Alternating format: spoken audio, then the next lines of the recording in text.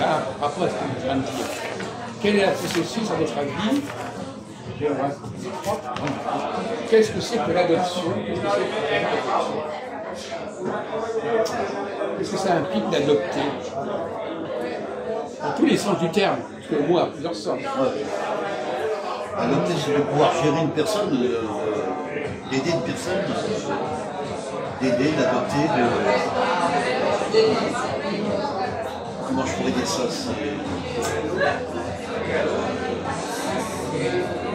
L'éduquer, puis le formater.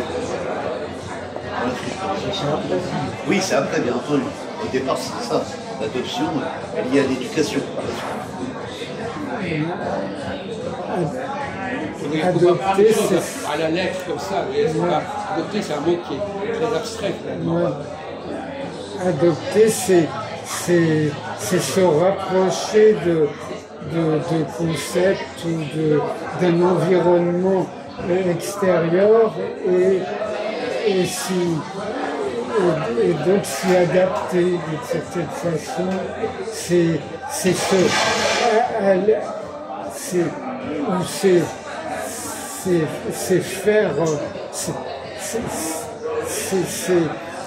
attirer,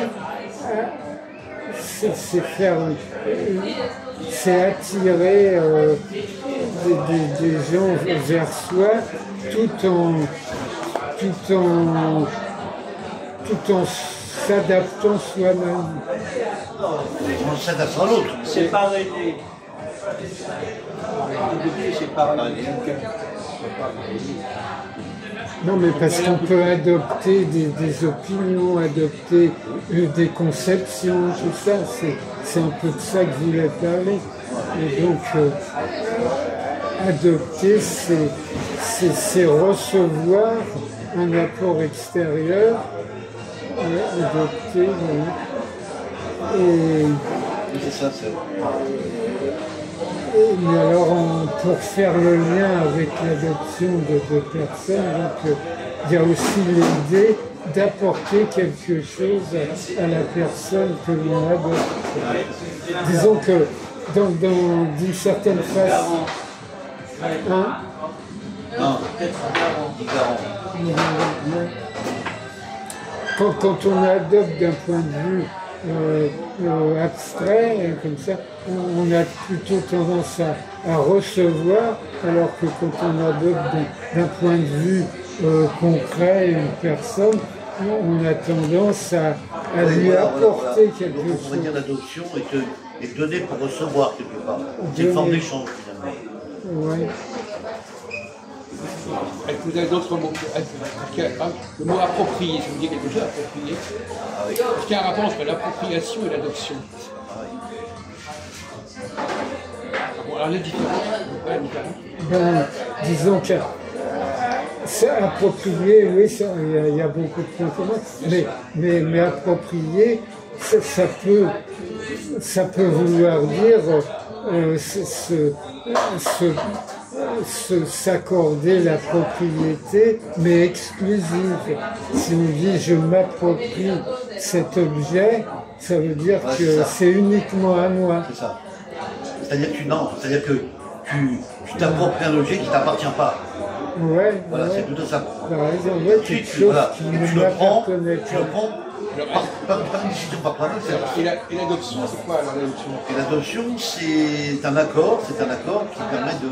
C'est la même chose, on pourra dire, c'est la même chose. Ah d'accord, oui, oui. Non mais vous dites que c'est différent, c'est le même Oui, principe. ça ressemble, c'est effectivement le... Il ne faut pas dire n'importe quoi. Non, l'adoption, c'est une appropriation. Oui, tout à fait. Par exemple, les musulmans adoptent certaines choses de la Bible, c'est l'approprié.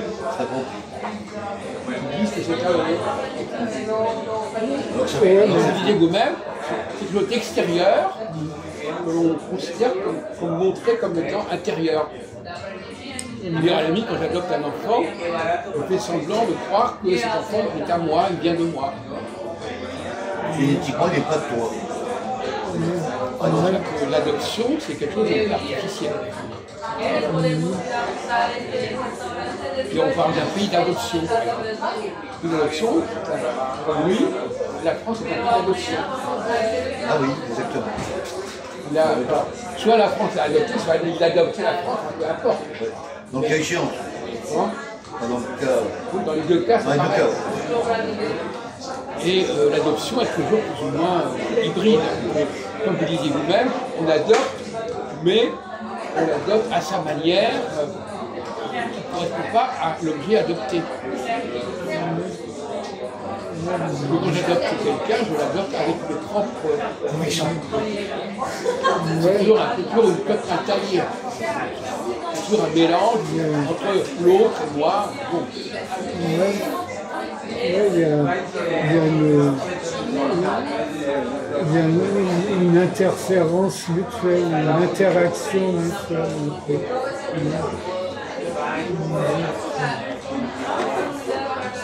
Alors,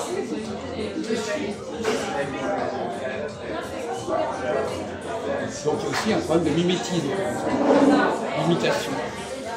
Parce qu'on peut adopter quelque chose, c'est imiter quelque chose. Je peux adopter sans demander l'avis de qui que ce soit. Si j'adopte un enfant, il faut que je sois d'accord, mais si j'adopte une idée, je la prends, je ne demande à personne. Je veux le faire à ma façon. N'importe comment. Si on prend la question des langues, est-ce que vous avez des problèmes d'adoption au niveau de la langue? On ne dit pas j'adopte une langue, on dit j'apprends, on dit pas j'adopte. Non, mais on ne dit pas ça, mais langue elle-même, est-ce qu'elles adoptent? Est-ce que les langues adoptent? Ah, est-ce que les langues adoptent leur locuteur? Leur locuteur. Est-ce que les langues adoptent d'autres langues? Ah, adoptent d'autres langues. L'anglais adopte la langue française. Oui, partiellement, oui. Elles acceptent des apports, mais pas la totalité, pas forcément la totalité. Non. Enfin, ils adoptent ce qu'ils peuvent, ce qu'ils ont compris, ce qu'ils ont retenu. C'est pas jamais la totalité. Et d'ailleurs, on l'a bien dit à l'instant, ils ont gardé leur truc à eux. Mais ils ont rajouté, ça rajoute l'adoption. C'est la manière d'adoption qui rajoute. Comme un enfant adoptif, il se rajoute à la lignée familiale normale, qui existe par ailleurs. D'ailleurs, c'est un problème intéressant, parce que quand on est dans l'histoire d'Israël, les Israélites, c'est un ajout.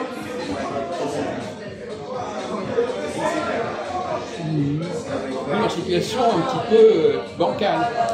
Ils sont ajoutés, mais ils ne sont pas complètement intégrés. Ils sont en marge. Mais actuellement, on fait la distinction entre les Israélites Non, et les Juifs. non. Ça veut pas dire qu'on n'a pas fait. Oui, ah d'accord. Non, mais actuellement, on s'en fout de actuellement. C'est pas un critère actuellement. C'est pas une priorité.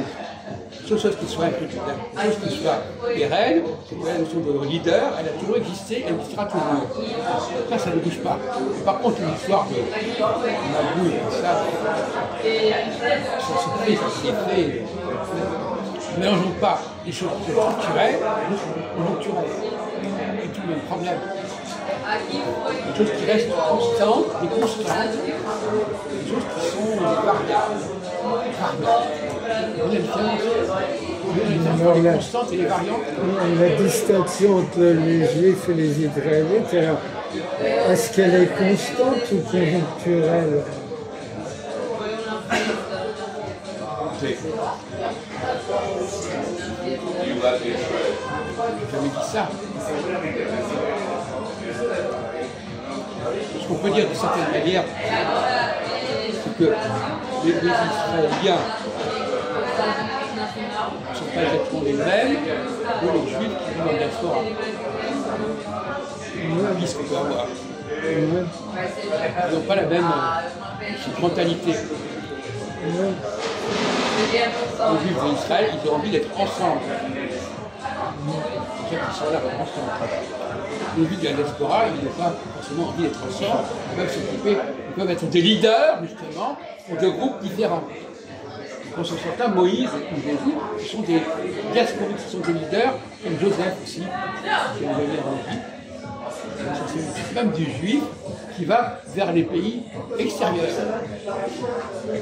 En opposition aux juifs qui aiment bien se trouver entre eux. C'est ça qu'il y a une rupture entre le sionisme d'un côté et les juifs de la diaspora de l'autre, qui n'ont pas du tout la même mentalité. Même si, là on va rentrer dans les détails, même si aujourd'hui les choses se mélangent, et que les discours se confondent, etc. Bon. C'est très bien qu'aujourd'hui, par exemple, beaucoup de juifs, même de la diaspora, se réfèrent à Israël, etc. Mais il ne faudrait pas que ça vous prenne la tête. Il ne faut pas que parce qu'il y a des trucs comme ça, vous perdiez de vue les grandes structures. C'est ça votre problème.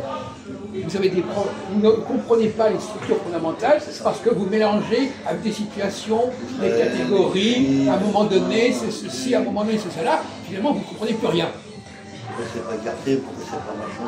Alors donc, en fait, la distinction entre israélites et hébreux qui se faisait à une certaine époque, actuellement, elle n'a plus de sens. On vient de me dire le contraire. On vient de me dire qu'en Israël, il y a surtout des Israélites, justement. En Israël, c'est plutôt israélite, et même les Palestiniens, c'est plutôt hébreu. Même les Palestiniens sont des Israélites. T'as pas compris ou Hein, comment? T'as pas compris là? Mais t'as pas compris ce qu'il t'a dit là. Non, parce que Il t'a dit que le peuple d'Israël vivait entre eux. Il t'a dit que le peuple juif sont une diaspora. C'est ce que c'est une diaspora? C'est des juifs qui vivent en extérieur du territoire. ouais. Qui sont ailleurs, qui sont dans d'autres pays. Ben oui, mais vu de loin comme ça, on aurait plutôt tendance à se dire que la diaspora, ça ressemble un peu plus à des Israélites, non? C'est le contraire. C'est le contraire. Alors c'est bravo. C'est exactement l'inverse. C'est l'inverse, je comprends pas. Je sais pas diversifier les deux. Parce que les Israélites, ils sont devenus... C'est eux qui sont devenus chrétiens, non? Et alors? Oui, alors ça... D'ailleurs, d'où vous sortez ça? C'est moi qui vous l'ai dit? Ou bien vous avez... Où est-ce que ça sort, ça? C'est ce que... Donc, mais personne n'a dit ça. Il n'y a que moi qui dis ça. Il y a que vous qui Donc, dites d'où vous l'avez sorti? Ben, c'est d'après ce que... Mais non, personne ne dit ça. Personne ne dit ça, il n'y a que vous qui le dites. Oui. Dans le monde religieux, il n'y a que vous qui le dites. Ah ben, on est du même avis. Non, c'est que vous avez récupéré des trucs que j'ai dit. Ah bon? Mais non, mais vous avez oublié. Vous avez entendu un truc que j'ai dit, et maintenant vous croyez que ça a été Sur la dit. vidéo peut-être. Ah bon? Ouais. Trouvez-moi quelqu'un qui dit ça. Personne. Ouais. Mais alors ceux qui disent autre chose, qu'est-ce qu'ils disent d'après eux, les Israélites, non parce que là vous dites les Israélites, c'est eux qui sont les chrétiens actuels, c'est ça? Non, les chrétiens actuels, c'est des tas de conversions par la suite. Vous mélangez en étant, vous travaillez il y a 2000 ans, vous en avez parlé de maintenant. Ouais. C'est des choses, il y a énormément de choses qui se sont produites par la suite. Vous télescopez, vous mélangez les périodes, les époques, vous faites n'importe quoi. Aujourd'hui, il y a 1000 ans, il y a 2000 ans, il y a 3000 ans, c'est pareil. Donc pour vous, tout ce qui existe aujourd'hui a toujours existé. Alors donc ce que vous dites, c'est qu'il y a une filiation entre les chrétiens et les Israélites. Oui. Bon, ben alors vous pouvez les développer alors. D'abord, vraiment, Jésus, il est allé vers qui? Ouais. Alors déjà, vers les Israélites. bon, alors déjà, alors, oui, votre question, vous n'avez même pas de question à poser. Il est allé vers eux. Bon, Donc il leur a proposé un truc pour eux. Donc, voilà. Et ben donc il les a fait des chrétiens, parce qu'ils sont devenus chrétiens. Oui, vous avez déjà la Alors, réponse. pourquoi tout le monde ne dit pas pareil alors? Écoutez, ne me fatiguez pas avec des questions à la con. Pourquoi tout le monde ceci, pourquoi tout le monde ne dit pas ça? Arrêtez, hein, s'il vous plaît. Pas, Arrêtez vos notre faute. conneries. Ouais. Il y a des limites quand même. Bien Hein. sûr, bien sûr. S'ils ne comprennent pas, c'est pas notre faute. Non, Oui. ah ben moi j'y suis voilà. pour rien. Mais Voilà. même Jacques Heilbronn non plus. Moi, qu'est-ce que j'ai dit, moi? Non, mais la situation religieuse mondiale, enfin en tout cas d'origine biblique, on y est pour rien, on constate les choses. Je vois pas où vous voulez en venir là, je suis désolé. Je vois pas ce que vous voulez dire. Non, Pourquoi parce vous que le dites, je sais pas. Christophe C'est il insidieux, disait, je vois pas pourquoi vous dites ça. on y est pour rien. Quoi? Christophe, Moi j'ai pas dit ça disait- d'abord. Non, mais Ah, non mais peu importe ce que dit Christophe. Non, mais Alors, d'accord. vous mélangez, il y en a un qui dit ça, il y en a un qui dit ça. Vous êtes un esprit extrêmement dispersé. Ouais. Faut pas piocher les amis des autres.